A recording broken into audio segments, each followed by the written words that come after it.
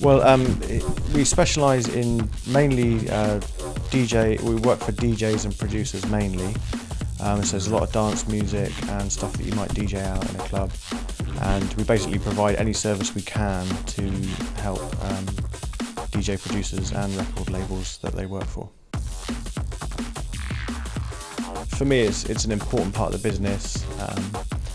So I'm keen to kind of carry on promoting vinyl, but also I love the medium as well. I think it's something that we should treasure because it's a really nice format to work in, and it's the last analogue format that's really viable, so we should sort of work hard to keep it. Inherently, I think a CD and a vinyl can sound as good as each other, but a CD has to be mastered really well to sound good, and so does vinyl.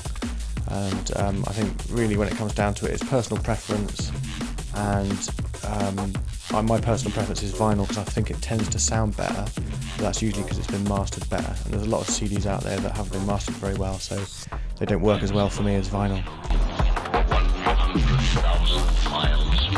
Okay, well, for me, I see mastering as shaping the listening experience for the end user of the music. So it really depends what you want that to be. If it's a vinyl record you're mastering, you're kind of shaping that listening experience. Whereas if it's an MP3, you're shaping that listening experience. So the person who makes the music, mixes the music and creates the music, and then the mastering engineer helps to shape that experience of listening to that music.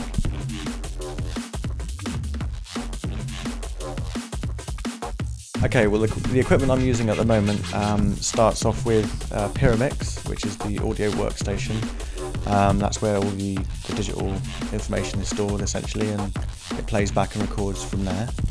And then I have a Crookwood router, which is used to send signals around the studio, and so it goes to the monitors or to the lathe to cut the dubs, or it gets sent to the sub, and it can also route through all of the other equipment I use. So at the touch of a button I can press the insert the compressor or insert the EQ or whatever. Then I've got that's a valve compressor from Millennia, which is got a twin topology, which means it can either be a valve circuit or not, and I'll use the valve circuit for stuff where I want it to be slightly softer, and then I can switch that out, and the transients become slightly more hard-edged, I find.